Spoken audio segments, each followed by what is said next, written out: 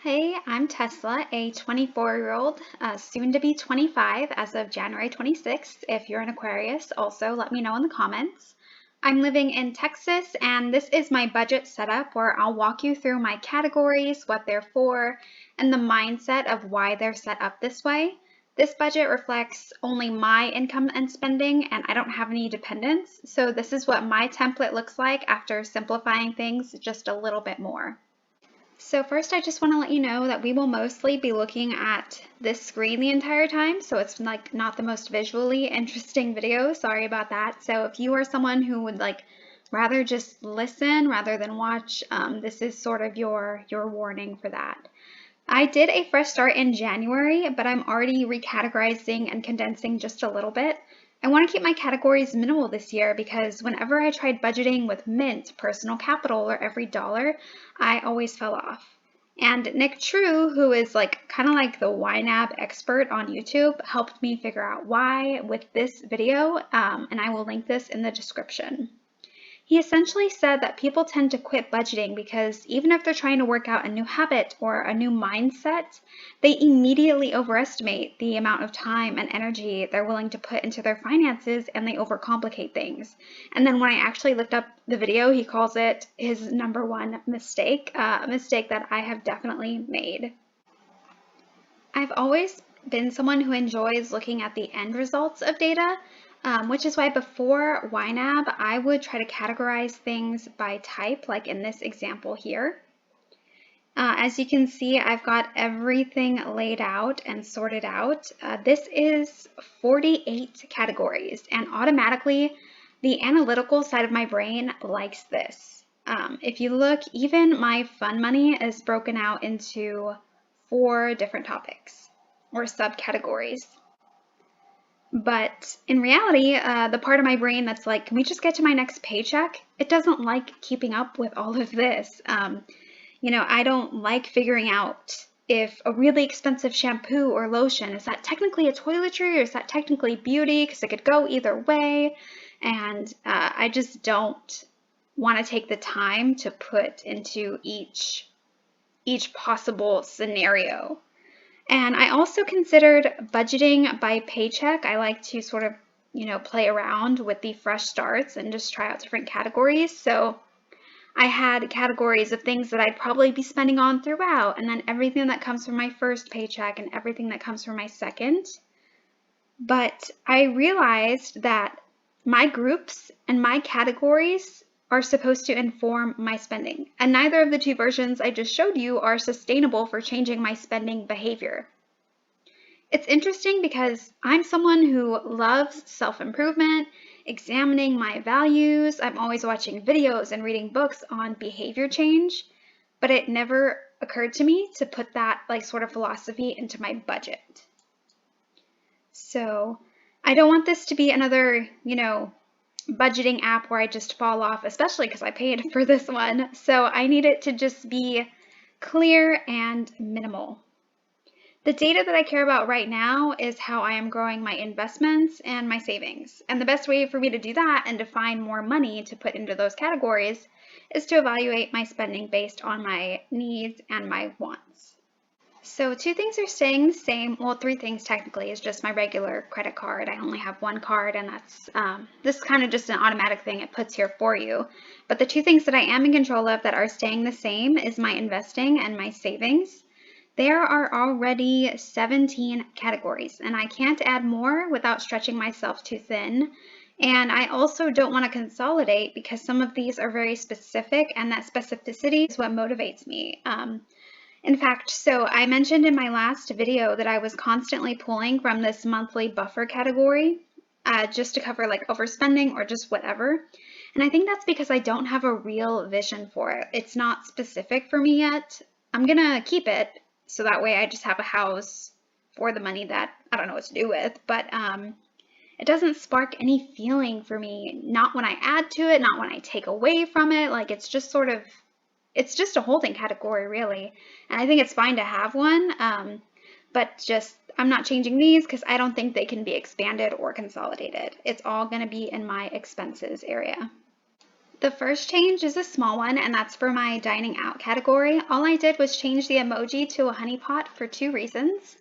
One, the emoji I chose on the phone, it just didn't look as good on the web version, and I use the web version the most, and I want my categories to look good, both in emoji and like general word length, and it's just more consistent for my marketing brain if everything looks nice. But also, it reminded me of how Winnie the Pooh can't resist honey even when it gets him in trouble.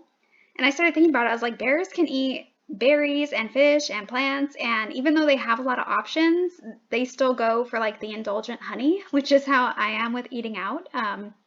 So that's why it has its own category instead of just one simple food category, because if I'm going to change my behavior for dining out, then I need to see this honest data of what I spend on fast food, restaurants, gas station snacks, and frappuccinos or whatever. I don't really care how much I spend at Taco Fuego versus like Bloomin' Bee. Shout out to Houston restaurants and food trucks. But I can't pretend that the late night Mexican food and margaritas I have and the midday brunches, and I can't pretend like that's all just necessary spending. So I can't get rid of this one. I need to know it. My subscriptions, they lend themselves to my values like sustainability with a monthly offset, entertainment like Pandora and YouTube. It also includes my healthcare for my yearly yoga subscription. It's kind of a mixed bag in here. All my subscriptions are reoccurring transactions, and I pretty much know what I have and I know how much it costs, so I don't care about the details in the data. Beauty is the biggest change in this section. I previously called it personal care, and it would include my toiletries and beauty treatments like haircuts, facials, whatever else. But it didn't make sense to group it that way because some of those are necessary and some aren't. So now beauty will include, all the beauty treatments and makeup and whatever. But I'm also going to have it include clothes. Like as you can see, there's no longer a clothing category here. Most of the time, I'm not really buying clothes, so I didn't think it made sense to have my own category for it when it went unused kind of a good chunk of the time. And if I was going to get clothes, I was going to get them, Seeing it as its own category in my budget, it didn't affect my spending behavior or my thoughts around it or anything. So that's why it's consolidated, but I am considering another word. I thought about using like vanity or grooming or even elegance, even though that last one would have been giving myself like way too much credit. I'm kind of looking for a word that speaks to how you present yourself, but it's still like more encompassing than just beauty.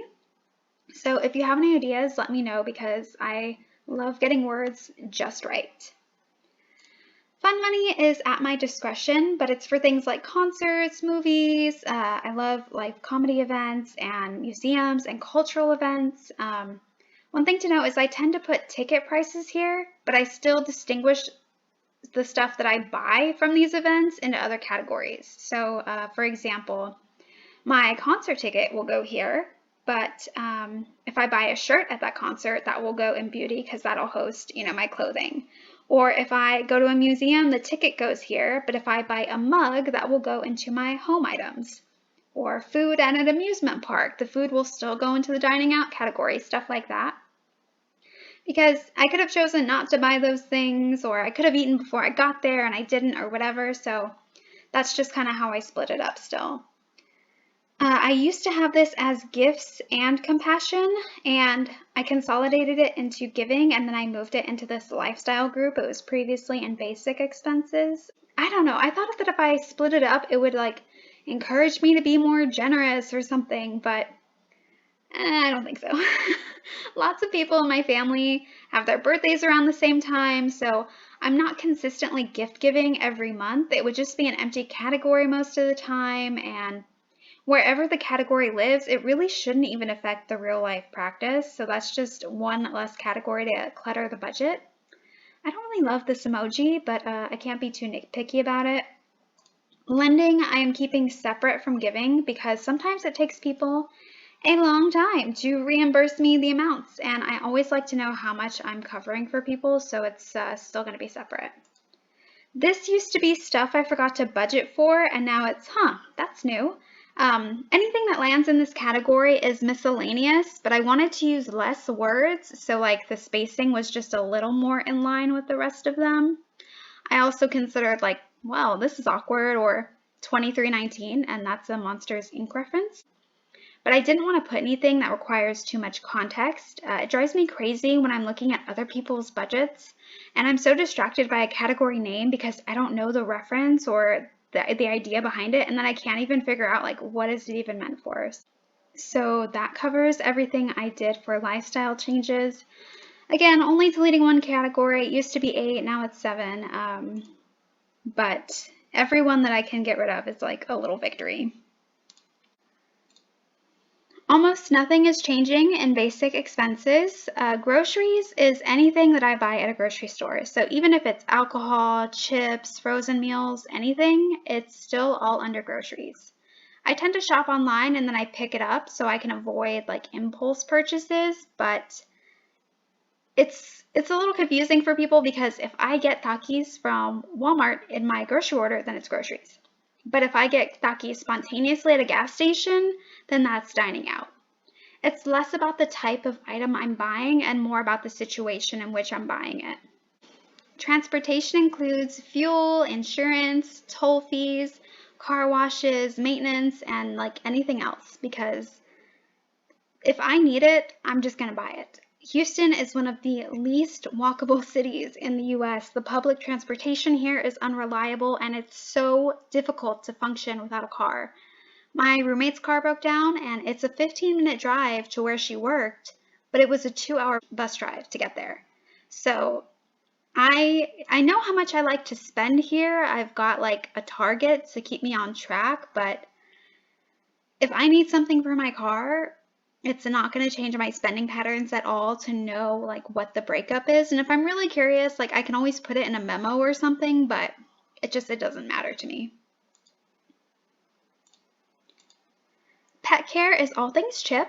Sometimes he gets things he doesn't need. I don't care.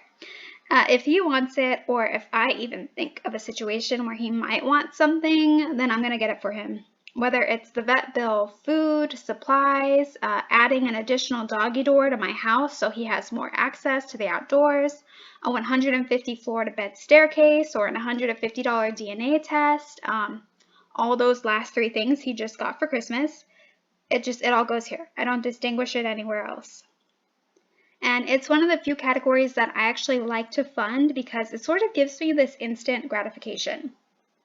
My savings goals have some fun things in store for me, but they're more long term, and nobody else has ever peed themselves from excitement based on like a gift I got them. So every time I give Chip a gift, like it sort of gives back to me in some way. And I can't wait until I'm in a bigger house with more yard space so I can get him a sibling and then I can have like double the fun in this category in the future. Speaking of my house, up next is home goods. Anything I buy for the house goes here, like toilet paper, baking sheets, light bulbs, etc.